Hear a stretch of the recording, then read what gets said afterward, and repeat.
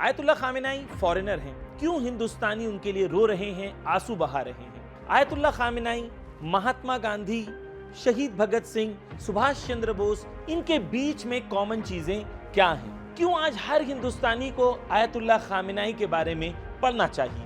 दोस्तों, 28 फरवरी को आयतुल्लाह खामेनाई की शहादत हो गई। आयतुल्लाह खामेनाई एक स्पिरिट जवानों के लिए छोड़ के गए हैं। वो स्पिरिट है रेवोल्यूशन की स्पिरिट। देखिए, महात्मा गांधी, शहीद भगत सिंह, सुभाष चंद्र बोस, इनकी जर्नी क्या थी, इनकी लड़ाई क्या थी? इनकी लड़ाई थी साम्राज्यी ताकतों से मुकाबला करना, कॉलोनियलिज्म से मुकाबला करना। महात्मा गांधी ने खुल के पूरी जिंदगी में कॉलोनियलिज्म का मुकाबला किया और महात्मा गांधी ने कहा कि Britain belongs to the British the same way France belongs to the French. यानी वो पैलेस्टाइन की आजादी और दुनिया में साम्राज्यी ताकतों का मुकाबला करना दुनिया को सिखा रहे थे।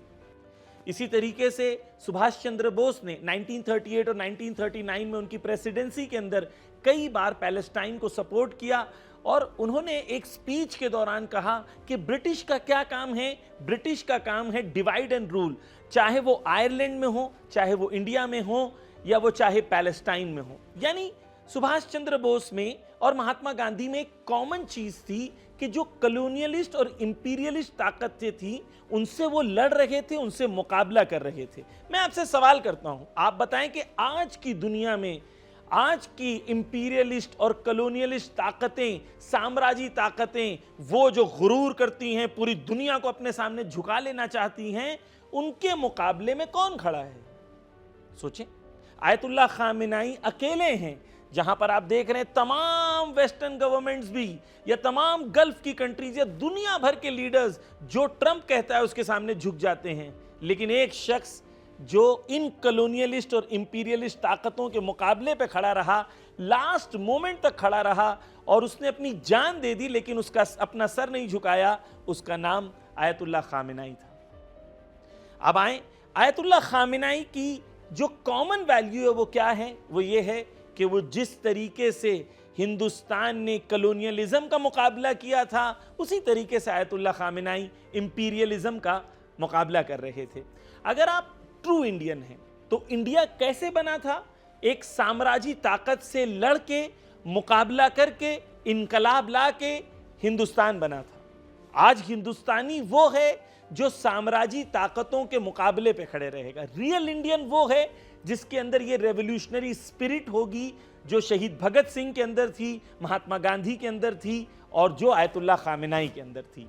एक और बात मैं आपसे कहना चाहता हूं, देखिए, गौर करें कि जो कॉलोनियलिस्ट माइंडसेट है दुनिया के अंदर, ये लोग कैसे होते हैं। हिंदुस्तान का असली दुश्मन कौन है, इस पर गौर करिएगा कि जब हिंदुस्तान में बंगाल फैमिन आता है, भूखमरी आती है, ये अगर ब्रिटिश चाहते तो क्या करते? ब्रिटिश चाहते तो ये भूखमरी नहीं होती, लेकिन ब्रिटिश ने हिंदुस्तान में उगने वाले अनाज को जापान भेज दिया और हिंदुस्तान में, बंगाल में लोगों को मरने दिया। तारीख कहती है 30 लाख से ज्यादा लोग मारे गए थे बंगाल की भूखमरी में। 30 लाख हिंदुस्तानी मारे गए थे। मैं हिंदुस्तानियों से सवाल करता हूं, क्या कभी आपको बताया गया कि हिंदुस्तान में 30 लाख लोगों के मरने का जिम्मेदार कौन है? और ये कॉलोनियलिस्ट लोग जो हैं, ये साम्राज्यी ताकत जो हैं, ये हमारा दुश्मन है। आप गौर करें जवानों, आप गौर से सुनिए, अगर हिंदुस्तान में जब ये ब्रिटिश आए और ये कॉलोनियलिस्ट लोग आए, ये साम्राज्यी ताकतें आई, तब हिंदुस्तान पूरी दुनिया में 23% पूरी दुनिया की इकोनॉमी का मालिक था। जब ये गए तो हिंदुस्तान 3% दुनिया की इकोनॉमी का मालिक रह चुका था। यानी 20% हमारा माल ये लेके लूट के ले गए। यानी ब्रिटिश के पास आज जो पैसा है वो हमारा पैसा है। लेकिन कभी आपको ये लगा कि ये कॉलोनियलिस्ट हमारे दुश्मन है? नहीं लगा ना? क्यों? क्योंकि हमें बताया नहीं गया। अब एक और बात पे गौर करें कि आयतुल्लाह खामेनाई आज की दुनिया में ये क्या कर रहे थे? इसी साम्राज्यी ताकत का मुकाबला कर रहे थे। चाहे वो ट्रंप हो, चाहे वो दुनिया के ऐसे जालिमीन हो जो कहते हैं दुनिया को कि हमारी बात सुनो, आई एम द लॉ, जो मैं कह रहा हूं वही लॉ है। आयतुल्लाह खामेनाई ने कहा नहीं, लॉ वो है जो हक है और हर इंसान के लिए हक है। तो आयतुल्लाह खामेनाई एक ऐसे रेवोल्यूशनरी फिगर थे जो हर इंसान जिसके अंदर रेवोल्यूशनरी स्पिरिट है वो आयतुल्लाह खामेनाई से मोहब्बत करेगा। जिसके अंदर ट्रू इंडियन स्पिरिट है वो आयतुल्लाह खामेनाई से मोहब्बत करेगा। तो आयतुल्लाह खामेनी का एक एस्पेक्ट मैंने आपको बताया, कुछ और चीज़ें आयतुल्लाह खामेनी के बारे में बता दूं। अपने इंडियन फ्रेंड्स के साथ इस वीडियो को ज़रूर शेयर करिएगा। आयतुल्लाह खामेनी इंडिया से बहुत मोहब्बत करते थे। वो कहते थे कि मैं जब भी उनका रिप्रेजेंटेटिव जाता था तो कहते थे कि मैं इंडिया से बहुत मोहब्बत करता हूं। तमाम इंडियंस को ये कह देना। आपके लिए बहुत इंटरेस्टिंग होगा, आयतुल्लाह खामेनी ने इंडिया के इंडिपेंडेंस के ऊपर एक किताब लिखी है। हमेशा स्टूडेंट्स से मिलते थे तो कहते थे जो जवाहरलाल नेहरू ने ग्लोबल वर्ल्ड के बारे में, उन्होंने हिस्ट्री, वर्ल्ड हिस्ट्री के बारे में जो किताब लिखी है, आप इस किताब को ज़रूर पढ़ें, मुतालिया करें। आयतुल्लाह खामेनी अपने हिंदुस्तान से लगाव का इजहार कर रहे थे। कॉमन पॉइंट क्या है? कॉमन पॉइंट ये है कि आयतुल्लाह खामेनी ने जब ईरान में इनकलाब आ रहा था 1979 में, तो वो ये कहते हैं कि हमने गांधी से या इंडियन इंडिपेंडेंस से ये सीखा है कि कैसे कॉलोनियलिज्म से मुकाबला करा जाए और पब्लिक मूवमेंट के अंदर क्या पॉजिटिव पॉइंट्स हैं। तो इंडियन इनकलाब 1947 में आता है, 1979 में इनकलाब आता है ईरान में। अब यहां पर दो इनकलाब में एक कॉमन वैल्यू है, वो क्या है? कॉलोनियलिज्म का मुकाबला। और हिंदुस्तान की ट्रू स्पिरिट ये है कि कॉलोनियलिज्म का मुकाबला किया जाए। अगर आप एक हिंदुस्तानी हैं तो आपके लिए जरूरी है कि आप आयतुल्लाह खामेनी से मोहब्बत करें।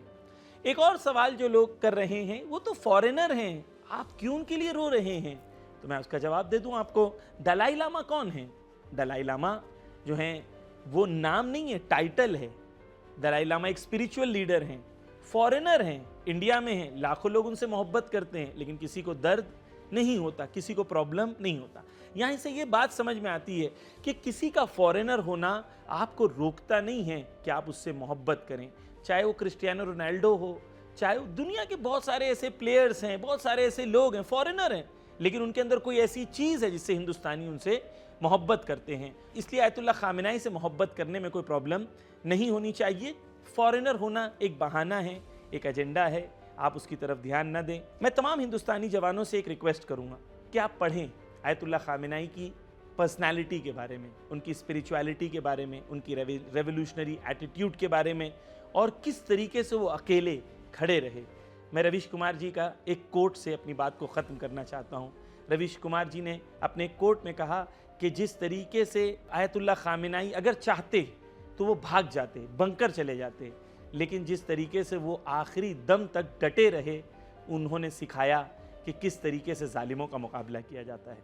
उम्मीद करता हूँ कि आपके सवालों के जवाब दे दिए गए। अगर नहीं तो आप कमेंट बॉक्स में ज़रूर अपने सवाल भेजें ताकि अगले वीडियो में उन सवालों का भी जवाब दिया जा सकता है। इल्तिमास से दुआ, खुदा हाफिज़।